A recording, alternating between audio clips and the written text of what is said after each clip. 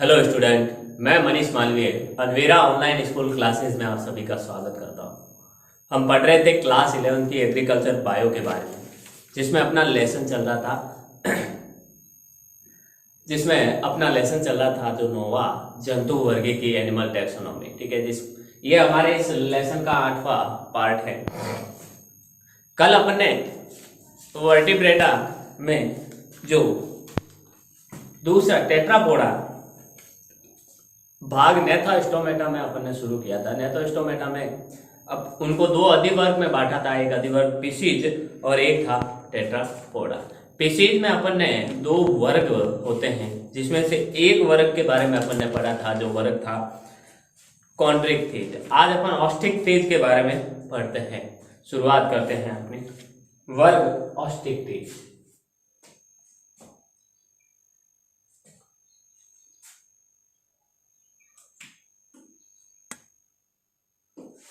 वर्ग ऑस्टिक्थिज, इसके बारे में अपन पढ़ते क्या हो गया देखो। वर्ग ऑस्टिक्थिज क्या होता है, ठीक है। इसके मुख्य लक्षण क्या है। ये ज्यादातर लवणीय व अलवणीय दोनों जलों में पाई जाती है, ठीक है। यह लवणीय व अलवणीय दोनों जल में पाए जाते हैं। ऑस्टिक्थिज वर्ग के जो जंतु होते हैं वो लवणीय और अलवणीय अर्थात खारे और मीठे दोनों पानी में पाए जाते हैं। इनका अंतः कंकाल होता है वो अस्थि का, तथा बाह्य कंकाल सल्कों का बना होता है, ठीक है।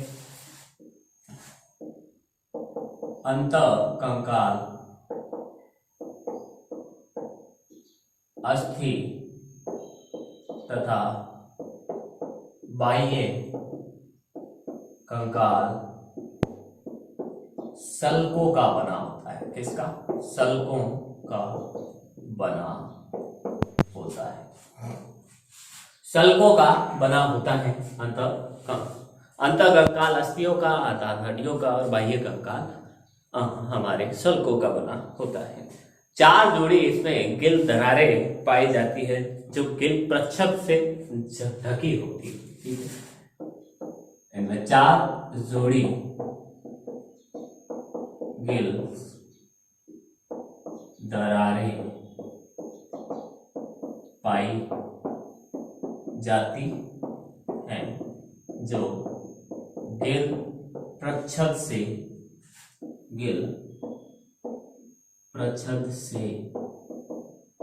ढकी होती है। जो किससे ढकी होती है? गिल प्रच्छद से ढकी होती है।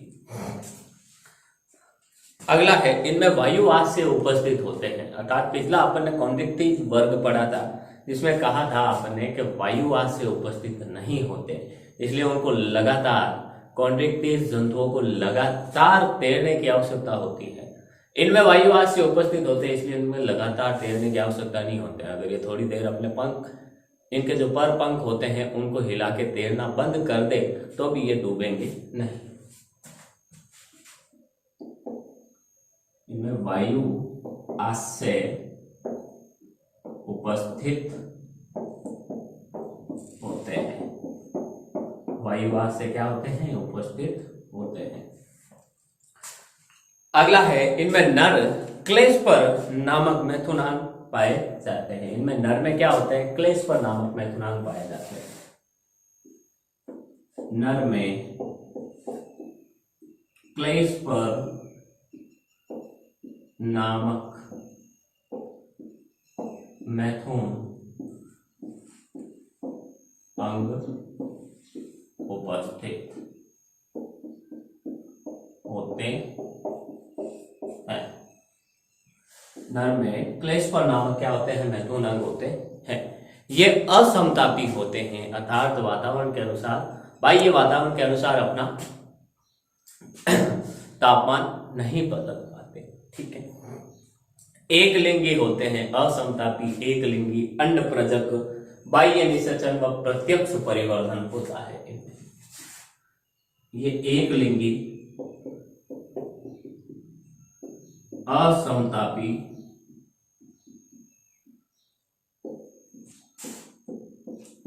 अंडप्रजक,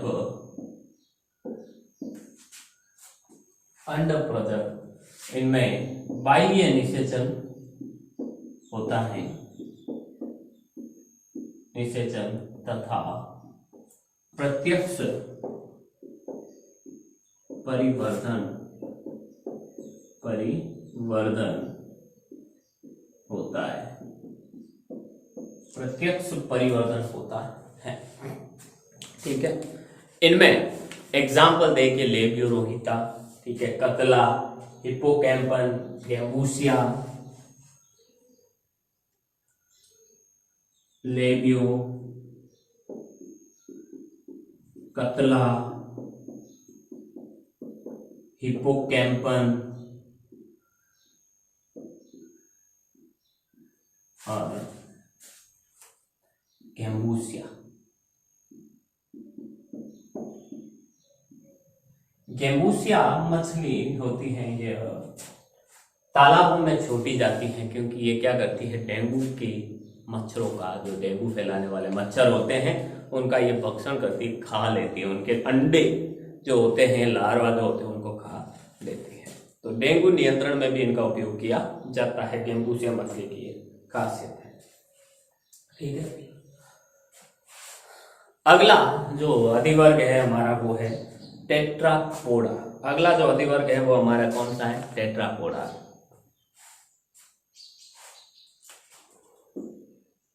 अधिवर्ग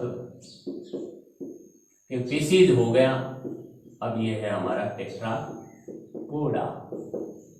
इस टेट्रापोडा का जो पहला वर्ग है वो है एम्फीबिया। क्या है, एम्फीबिया। क्या होता है एम्फीबिया में, देखिए इसके मुख्य लक्षण क्या क्या हैं। पहला है ये उभयचर और असमतापी होता है। पहला तो ये उभयचर व असमतापी प्राणी होते हैं। ठीक है, उभयचर भी होते हैं अर्थात जल स्थल दोनों जगह ही रह सकते हैं, और उभय असमतापी होते हैं। इनका सिर जो होता है स्पष्ट और धड़ लंबा होता है। इनका सिर हमें साफ साफ दिखाई देता है। ठीक है, सिर स्पष्ट तथा इसका जो धड़ होता है वो होता है, धड़ लंबा होता है। धड़ क्या होता है, लंबा होता है। तीसरी खासियत क्या है, इसकी त्वचा नम होती है अर्थात गीली रहती है, नमी युक्त रहती है। इस पर ग्रंथिल उत्तक, इसमें ग्रंथियां भी पाई जाती है, त्वचा पर ग्रंथिल व सल्क अनुपस्थित होते हैं। ठीक है, इनकी त्वचा नम, ग्रंथिल तथा सल्क अनुपस्थित होते हैं। क्या होते हैं, अनुपस्थित। तथा इसमें जो त्वचा नम, ग्रंथिल तथा सल्क क्या होते हैं, अनुपस्थित होते हैं। तो त्वचा में रंग बदलने की क्षमता पाई जाती है, जिसे मेटाक्रोसिस कहते हैं। इनकी त्वचा पे रंग बदलने की क्षमता पाई जाती है, जिसे मेटाक्रोसिस कहते हैं। तथा त्वचा में रंग बदलने की क्षमता पाई जाती है, जिसे मेटाक्रोसिस कहते हैं, जिसे अपन क्या कहते हैं, मेटाक्रोसिस कहते हैं। रंग बदलने की क्षमता, अर्थात जंतुओं में जो रंग बदलने की क्षमता पाई जाती है उसे मेटाक्रोसिस कहते हैं। जैसे गिरगिट, गिरगिट के बारे में अपन ने पढ़ा, गिरगिट क्या करता है, अपना रंग बदलने की क्षमता रखता है। ठीक है, इनमें दो जोड़ी अंगुली युक्त पाद या इनमें दो जोड़ी अर्थात टोटल 4 अंगुली युक्त अर्थात अंगुलियों से मिलकर बने हुए पाद पाए जाते हैं, पैर पाए जाते हैं। तो 2 जोड़ी अंगुली युक्त पाद, ठीक है, वो भी अग्र पाद में तो 2, अग्र पाद में कितने, 2 अंगुलियां, अग्र पाद में अग्र पाद में 4 अंगुलियां और अग्र पाद में 4 व पश्च पाद में 2 अंगुली, पश्च पाद में कितनी, 2 अंगुली होती है। ठीक है,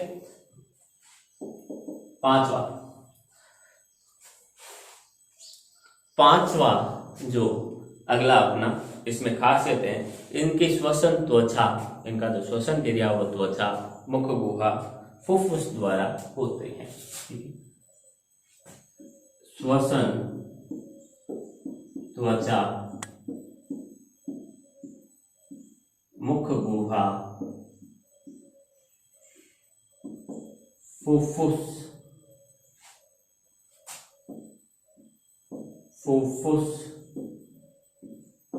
द्वारा होती है। ठीक है, फुफ्फुस द्वारा इसमें क्या होती है, श्वसन क्रिया होती है। अर्थात कुछ एक जंतुओं में तीनों अंग नहीं पाए जाते एक ही जंतु, कुछ जंतुओं में तो त्वचा द्वारा श्वसन करते हैं, इनके कुछ जंतु होते हैं, कुछ मुख गुहा द्वारा करते हैं और कुछ फुफ्फुस द्वारा करते हैं। ठीक है, इनमें 10 जोड़ी कपाल तंत्रिकाएं पाई जाती हैं, 10 जोड़ी कपाल तंत्रिकाएं पाई जाती है। 10 जोड़ी क्या पाई जाती है, कपाल तंत्रिकाएं पाई जाती है। ठीक है, इनमें 3 कोष्ठीय हृदय होता है, 3 कोष्ठक वाला हृदय होता है, जिसमें 2 आलिंद और 1 नीले होता है। ठीक है,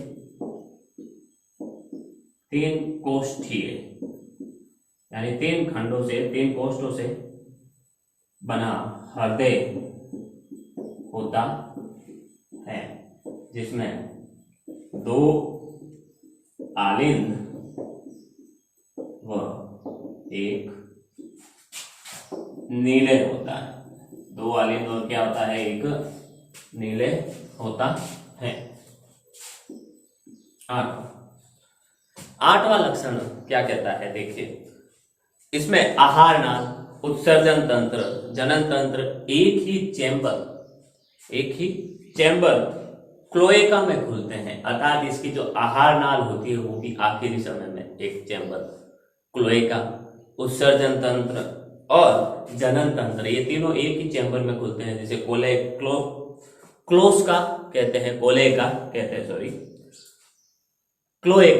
कहते हैं। ठीक है, तथा अवस्कर क्षेत्र द्वारा ये सब शरीर से बाहर खुलते हैं।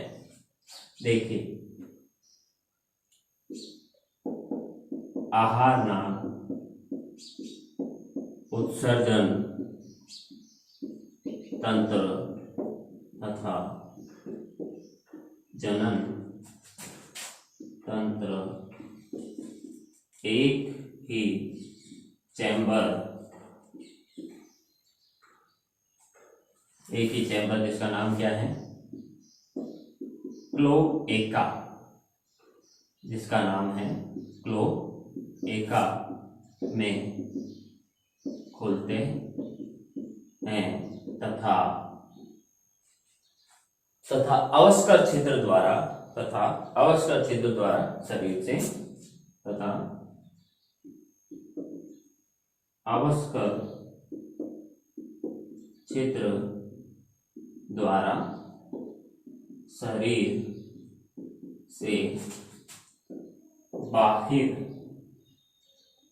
से बाहर खुलते हैं, ठीक है। अतः शरीर से बाहर ये खुलते हैं, किसके द्वारा? अवस्कर छिद्र के द्वारा। अगला है हमारा, ठीक है, ये एक लिंगी होते हैं। जो भी औष्टिकी जंतु एम्फीबिया जंतु होते हैं वो सब एक लिंगी होते हैं, अंड प्रजक, अंडे देने वाले होते हैं, ठीक है। एवं मैथुन अंग इनमें अनुपस्थित होता है, ठीक है। एक लिंगी अंड प्रजक तथा मैथुन अंग अनुपस्थित होता है।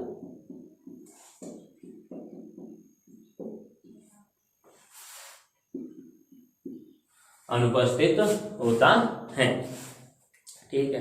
इनमें बाह्य निषेचन होता है, इनमें जो निषेचन होता है वो बाह्य होता है, ठीक है। अर्थात पानी की सतह पर आकर बाहर की तरफ, पूरा कहीं और स्थल पर नहीं जाते, पानी की जो सतह होती है वहां पर आकर ये उनका बाह्य निषेचन होता है। परिवर्तन अप्रत्यक्ष होता है और एक बैंगनी लार्वा अवस्था, बैंगनी रंग की लार्वा अवस्था पाई जाती है, ठीक है। बाह्य निषेचन अर्थात पानी की सतह पर होता है। अगला बाह्य निषेचन होता है, ठीक है। परिवर्धन, इनमें देखिए परिवर्धन अप्रत्यक्ष तथा बैंगनी लार्वा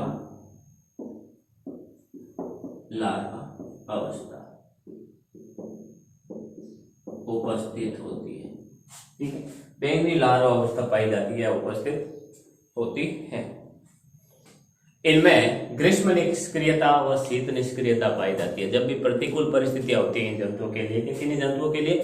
जो शीत निष्क्रिय सर्दी का जो मौसम है वो सही नहीं है, वो सहन नहीं कर सकते, तो उनमें शीत निष्क्रियता पाई जाती है और वो शीत ऋतु में क्या करते हैं? अपने बिलों में चले जाते हैं या निष्क्रियता में चले जाते हैं, ठीक है।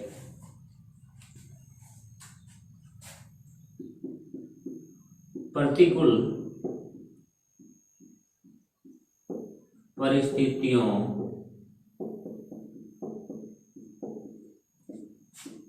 से बचने के लिए शीत निष्क्रियता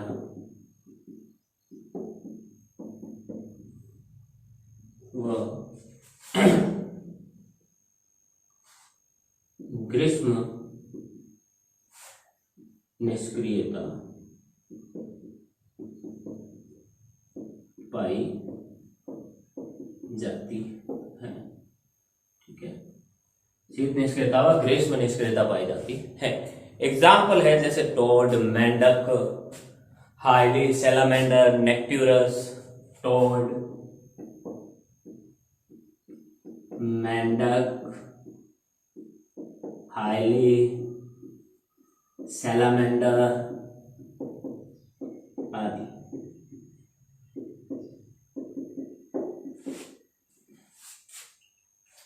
ठीक है, तो ये हमने पढ़ा है अभी दो वर्गों के बारे में, जिसमें एक वर्ग तो था पीसीज का ऑस्टिक्टिज और दूसरा हमने अभी वर्ग टेट्रापोडा में एम्फीबिया वर्ग पढ़ा है, ठीक है। इसके बाद अपन पढ़ते हैं सरीसृप। रैंक कर चलने वाले जंतुओं के बारे में अपन पढ़ेंगे। इससे पहले एक बार आप इसका स्क्रीनशॉट ले लीजिए।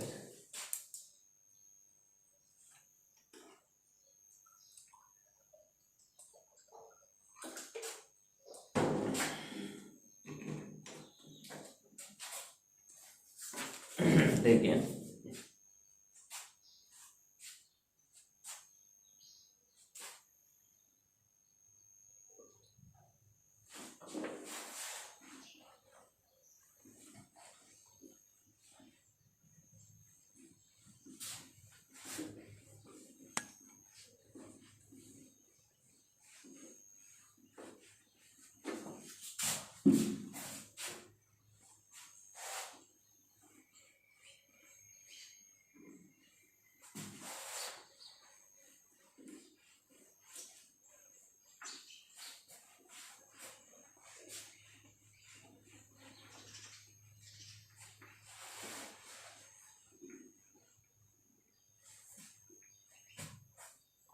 अगला वर्ग है हमारा सरीसृप अर्थात रेंग कर चलने वाले। ठीक है,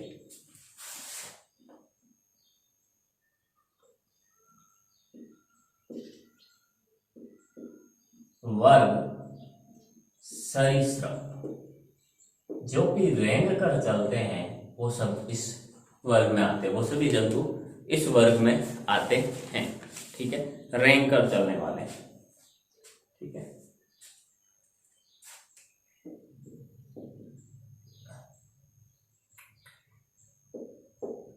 रेंग कर चलने वाले प्राणी, रेंग कर चलने वाले प्राणी या रेंग कर गमन करने वाले प्राणी इसमें आते हैं। ठीक है, जो मेसोजोइक युग था, ठीक है, वो सरीसृपों का स्वर्ण युग कहा जाता है, क्योंकि सरीसृपों का विकास मेसोजोइक युग में सबसे ज्यादा हुआ था और उस समय इनकी संख्या ज्यादा थी। सरीसृप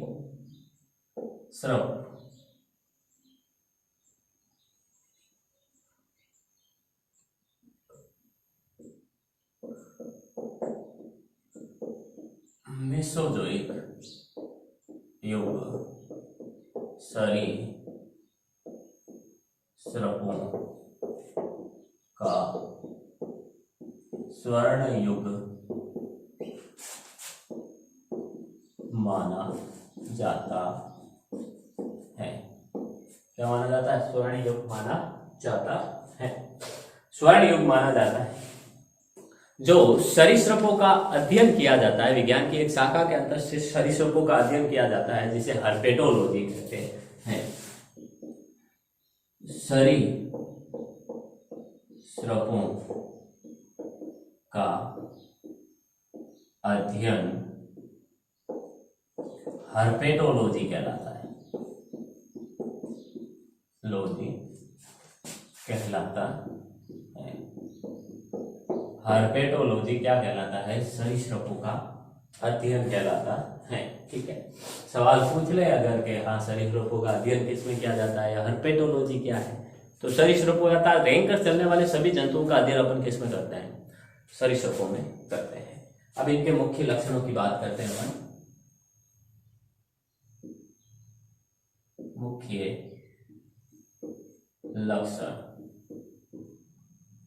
मुख्य लक्षण कौन कौन से हैं? पहला है ये स्थलीय होते हैं, असमतापी होते हैं, बंद रक्त परिसंचरण इनमें पाया जाता है तथा दांत युक्त जबड़े होते हैं। पहला तो ये असमतापी, ठीक है, और रेंग कर चलते हैं तो स्थलीय होंगे, जमीन पर ही रेंग कर चल सकते हैं। बाकी पानी में होंगे तो क्या होंगे? तैरना पड़ेगा, हवा में होंगे तो उड़ना पड़ेगा। बंद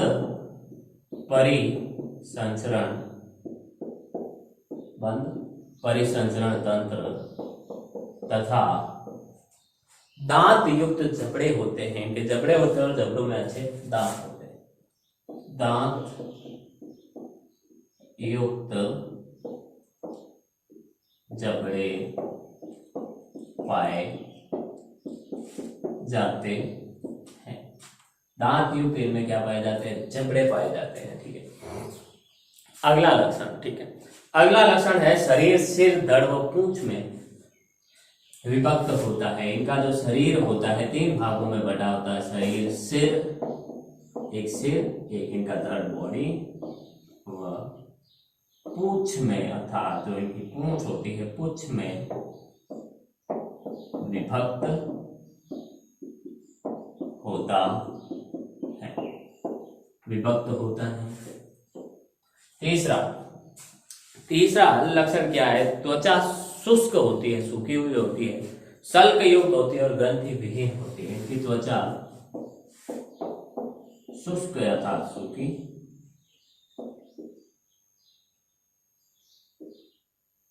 शल्क युक्त अर्थात त्वचा पर शल्क पाए जाते हैं तथा ग्रंथि विहीन होती है। ग्रंथि विहीन होती है। चौथा, अगला, इसमें दो जोड़ी पैर व पांच पांच नखरित अंगुलियां होती हैं। ठीक है, पांच पांच नखरित अंगुलियां, इनमें क्या होता है, दो जोड़ी पैर तथा पांच पांच नखरित अंगुलियां होती है। दो जोड़ी पैर व पांच पांच नखरित अंगुलियां, अर्थात इनमें पांच पांच अंगुलियां पाई जाती है और उन अंगुलियों के सिरों पर क्या पाया जाता है, इनके नाखून पाए जाते हैं, जैसे हमारे पाए जाते हैं। ठीक है, इनका अंतःकंकाल अस्थियों का बना हुआ होता है। ठीक है, इनका जो अंतःकंकाल होता है, अंतःकंकाल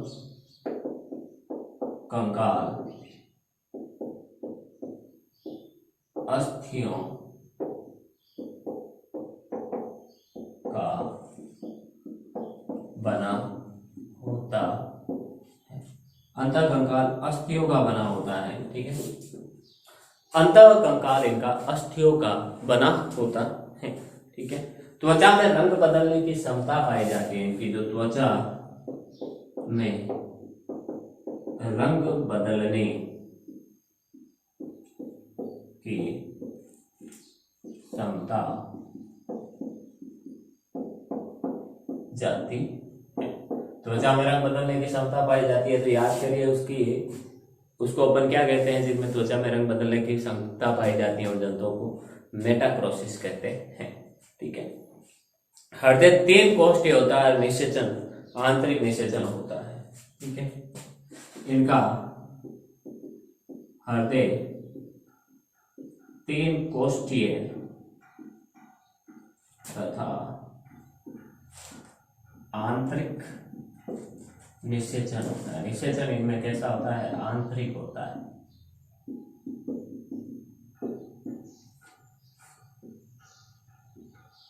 अगला है 8वां इनका गुण। 8वें इनके लक्षण है कि इनमें फेफड़ों से श्वसन होता है। श्वसन क्रिया किससे होती है, फेफड़ों से। ठीक है, श्वसन फेफड़ों द्वारा होता है। श्वसन फेफड़ों द्वारा होता है। ठीक है, इनमें मस्तिष्क में 12 जोड़ी कपाल तंत्रिकाएं पाई जाती है। मस्तिष्क में 12 जोड़ी कपाल तंत्रिकाएं पाई जाती है। मस्तिष्क में 12 जोड़ी कपाल तंत्रिकाएं पाई जाती है। ठीक है, इनके मस्तिष्क में 12 जोड़ी कपाल तंत्रिकाएं पाई जाती हैं। ये अति पीत की अंडे होते हैं, अर्थात जो इनका पीतक होता है अंडे में, वो पीतक की मात्रा ज्यादा होती है। ठीक है, तथा अंडों पर चर्मील कवच, त्वचा का, चर्मी का, चर्म यानी त्वचा का कवच होता है। अंडे अति पीत की तथा अंडों पर चर्मील कवच पाया जाता है। अंडों पर चर्मील कवच पाया जाता है।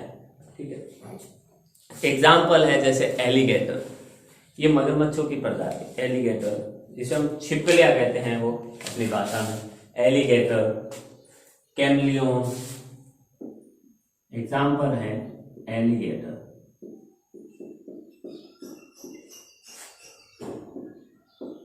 कैमिलियन, एलिगेटर, कैमिलियन, नाजा, कोबरा, वाइपर, ये नाजा, कोबरा, वाइपर, ये सब सांप की प्रजातियां है। सांपी भयंकर तो चलता है। वाइपर, बंगेरस, बंगेरस। ठीक है, तो ये तो हो गया हमारे वर्ग सरीसृप के बारे में कुछ खास बातें। अब आगे बढ़ते हैं अपन। अगला जो हमारा वर्ग है एविज, पक्षियों के बारे में। ठीक है, पक्षियों के बारे में अपन पढ़ते हैं।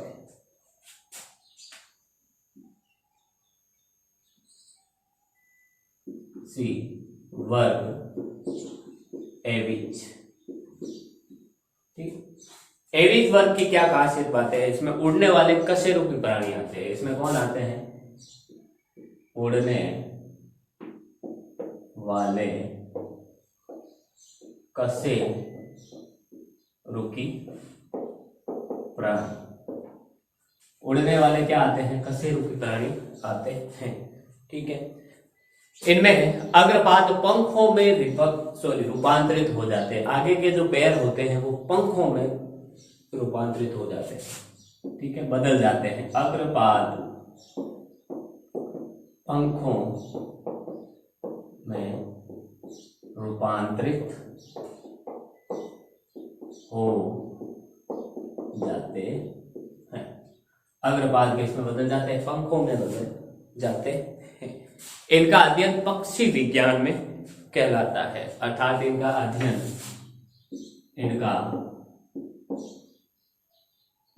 अध्ययन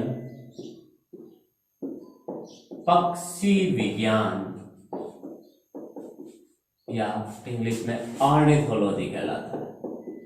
ऑर्निथोलॉजी कहलाता है। मुख्य लक्षण कौन कौन से हैं इनके? पहला तो ये समतापी होते हैं। ठीक है, मुख्य लक्षण ये समतापी होते हैं। पहली बात तो ये समतापी होते हैं, अर्थात बाहर के वातावरण के अनुसार इनका खुद के अंदर का तापमान नहीं बदलता है। 4 कोष्ठीय, इनमें 4 कोष्ठकों से मिलकर हृदय बना होता है। ठीक है, एक लिंगी होते हैं, अंड प्रजक होते हैं और दांत रहित इनमें चोंच पाई जाती है। ठीक है, पहला लक्षण है समतापी होते हैं। ठीक है, एक लिंगी होते हैं, अंड प्रजक होते हैं,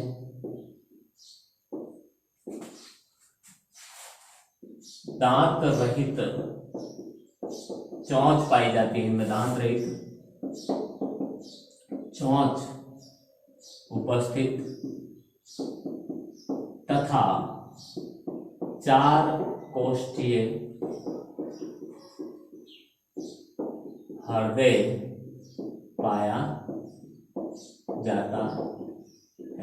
ये एक ही लाइन में 5-6 इसकी विशेषताएं हैं कि ये असमतापी प्राणी होते हैं, ये एक लिंगी होते हैं, अंडे देने वाले होते हैं। ठीक है, इनमें दांतों रहित चोंच होती है, ऐसी चोंच होती है जिसमें क्या नहीं पाए जाते? दांत नहीं पाए जाते। और इनमें 4 कोष्ठीय हृदय होता है, अर्थात 2 वालिंद और 2 नीले का हृदय होता है। इनका शरीर नलिकाकार या धारा रेखीय होता है। इनका शरीर नौकाकार या धारा रेखीय होता है। शरीर नौकाकार या धारा रेखीय होता है। नौकाकार या धारा रेखीय होने के कारण क्या होता है? ये हवा को चीरते हुए आराम से उड़ पाते हैं। घर्षण बहुत ही कम होता है, हवा का और इनके शरीर का घर्षण कम होता है।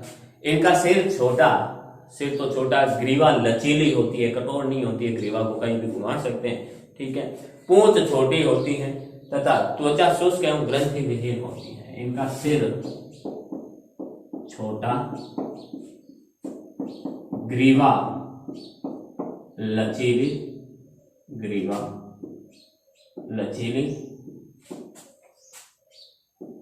त्वचा शुष्क, पूंछ छोटी तथा त्वचा ग्रंथि विहीन होती है।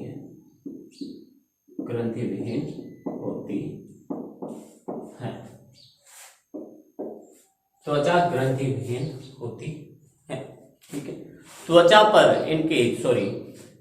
इनकी अस्थियां खोखली होती हैं, ठीक है, और वायुवास से उपस्थित होते हैं। इनकी हड्डियां जो होती है वो खोखली होती है, जिससे वजन कम होता है, वायुवास से होते हैं जिससे कि आसानी से उड़ सकते हैं।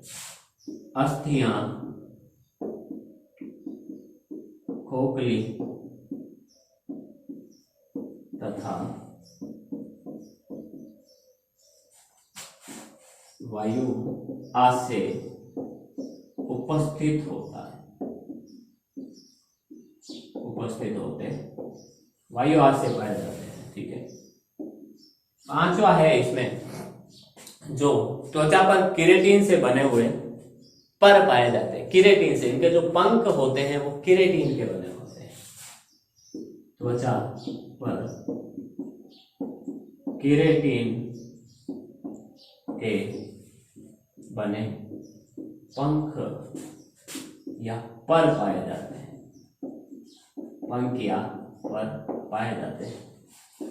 छठा लक्षण है, छठा लक्षण क्या कहता है? छठा लक्षण है इसका कि इनकी आंखें बड़ी होती हैं व दृष्टि तीव्र होती है, ठीक है। आंखें इनकी बड़ी व दृष्टि तीव्र यानी तेज होती है, दृष्टि तेज होती है, जिससे ये ऊपर से भी जमीन पर चल रहे जीव जंतु को आराम से देख लेते हैं, ठीक है। इनमें श्वसन फेफड़ों द्वारा होता है तथा उत्सर्जी पदार्थ यूरिक एसिड होता है, यूरिक एसिड के रूप में ये उत्सर्जी पदार्थ को छोड़ते हैं। इनमें श्वसन फेफड़ों से तथा उत्सर्जी पदार्थ यूरिक एसिड या यूरिक अम्ल होता है,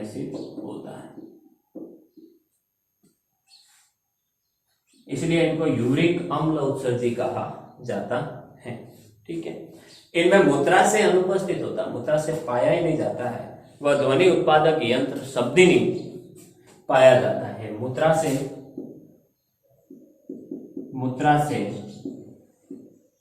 अनुपस्थित तथा ध्वनि उत्पादक यंत्र शब्दिनी पाया जाता है, शब्दिनी पाया जाता है।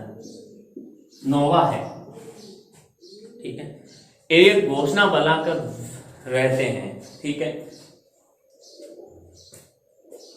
ठीक है, ये घोंसला बनाकर रहते हैं, घोंसला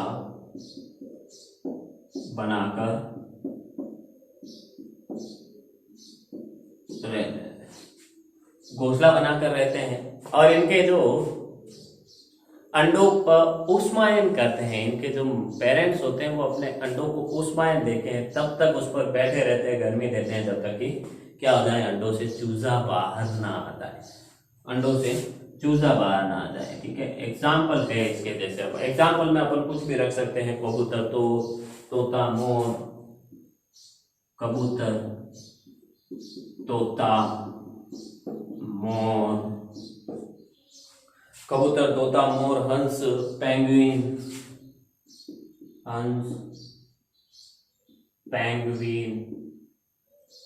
आदि।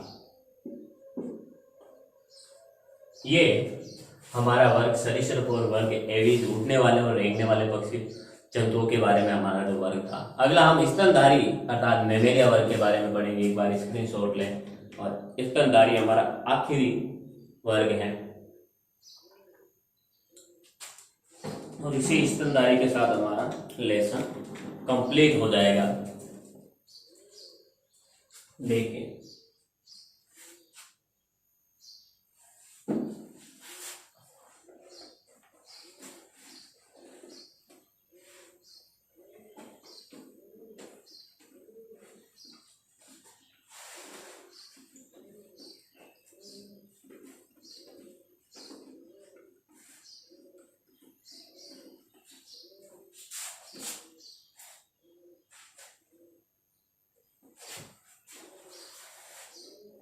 अगला है हमारा मेमेलिया वर्ग या मैमेलिया वर्ग के बारे में अपन पढ़ते हैं।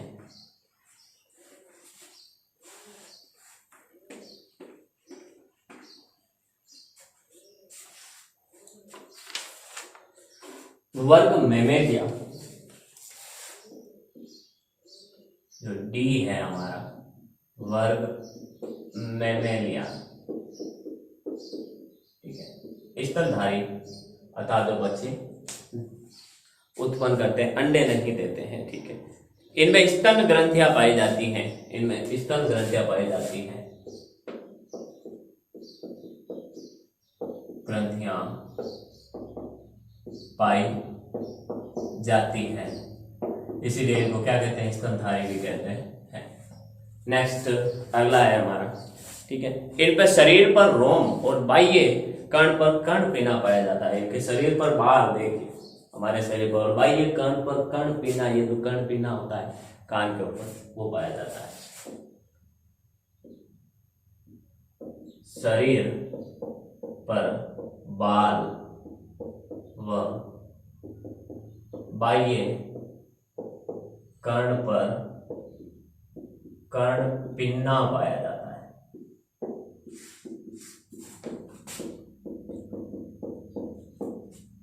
कर्णपिन्ना पाया जाता है, ठीक है। सोनोजोइक जो काल था, सोनोजोइक जो युग था, वो इनके लिए स्वर्ण काल था, स्तनधारी का काल था। सोनोजोइक काल को स्तनधारी काल, स्तनधारी काल कहा जाता है, स्तनधारी काल कहा जाता है, ठीक है। ये इनके बारे में कुछ खास बात थी। अब इसके जंतुओं के जो मुख्य लक्षण है वो देख लेते हैं। मुख्य लक्षण,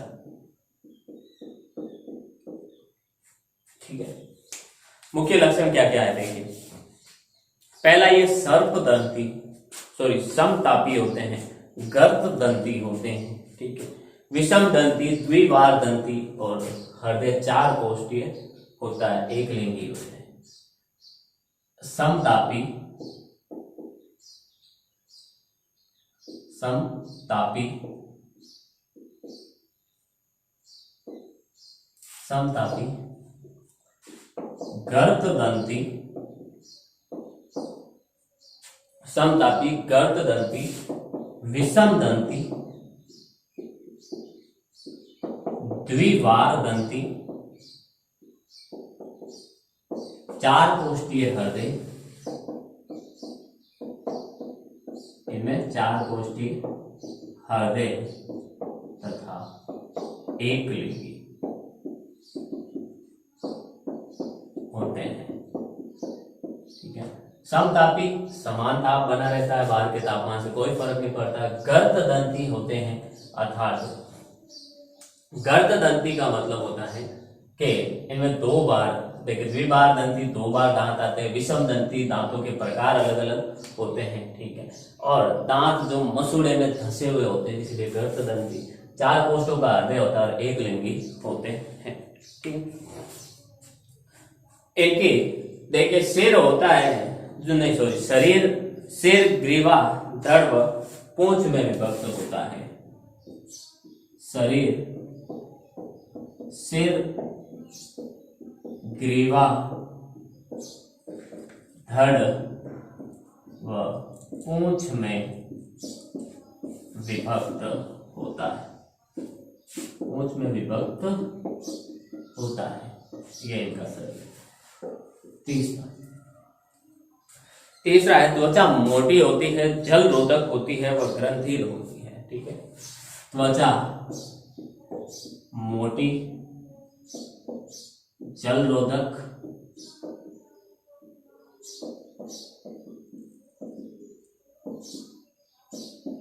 ग्रंथिल होती है।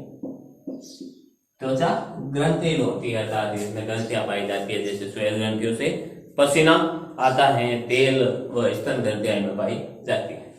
2 जोड़ी पाद होते हैं, जिसमें 5-5 अंगुलियां होती है, नखरी अंगुलियां कह सकते हैं। 2 जोड़ी पाद होते हैं जिसमें 5-5 अंगुलियां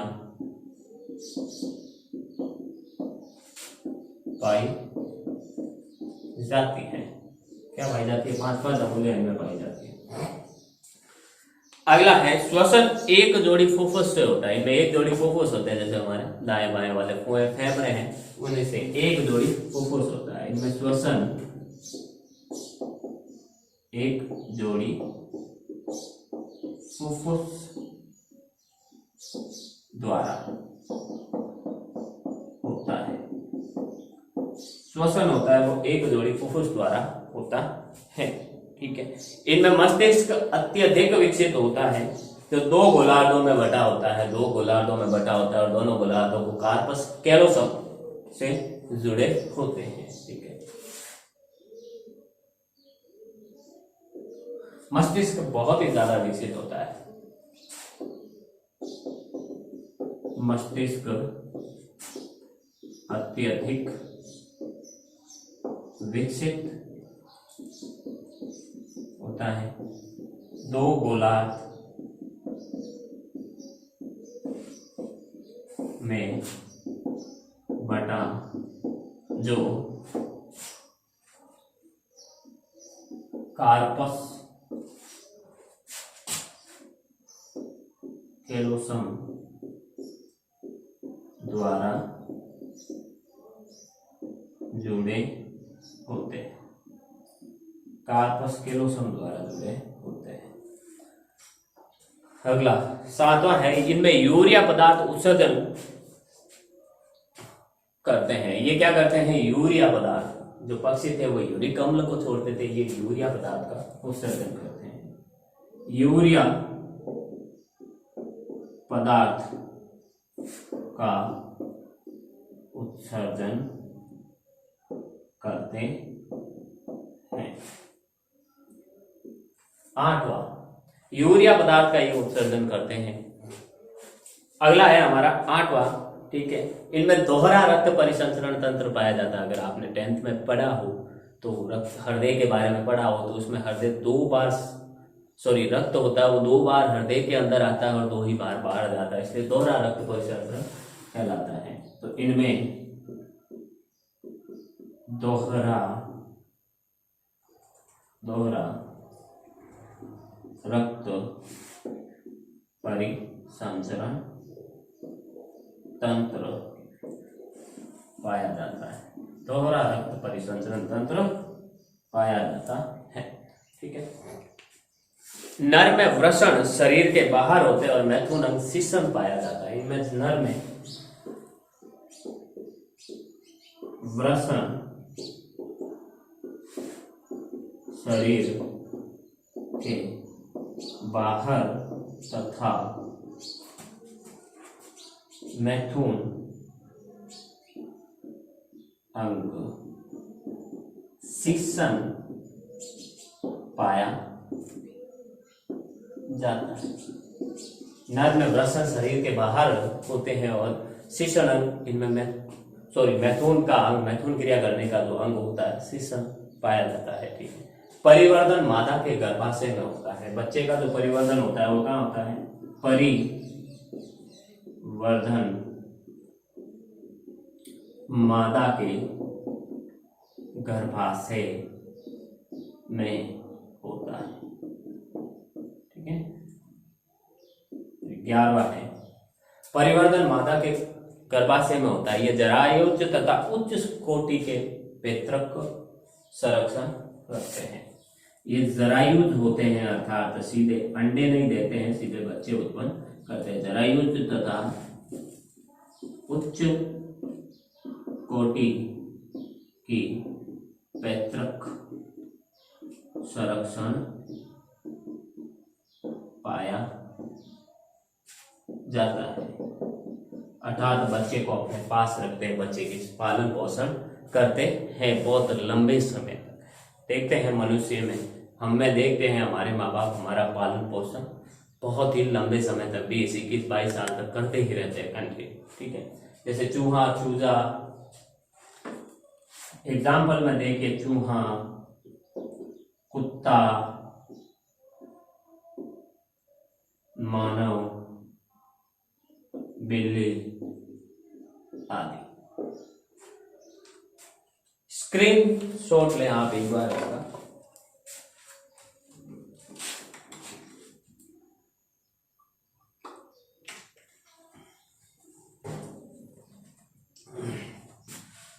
देखिए, इसी के साथ हमारा जो 9वां लेसन था जंतु वर्ग की वो पूरा हुआ। आने वाली क्लास में अपन ने एक नया अध्याय शुरू करेंगे जो है कृषि महत्व के जीव जंतु। कृषि में जो काम आने वाले उपयोगी जीव जंतु होते हैं उनके बारे में अपन पढ़ेंगे, जैसे मधुमक्खी, रेशम कीट, ठीक है, इनके बारे में अपन पढ़ेंगे, केंचुए के बारे में। तो उम्मीद करता हूँ आज जो भी पढ़ाया है वो आपको समझ में आया होगा। मिलते हैं अपन अगली क्लास में, तब तक के लिए ऑल द बेस्ट। घर में रहिए, सेफ रहिए, सुरक्षित रहिए, अपने और अपने घर वालों का ध्यान रखिए, लगातार मास्क का उपयोग करें, मास्क से पहने रहें, सैनिटाइजर का उपयोग करें। मिलते हैं अगली क्लास में, तब तक के लिए all the best. Thank you.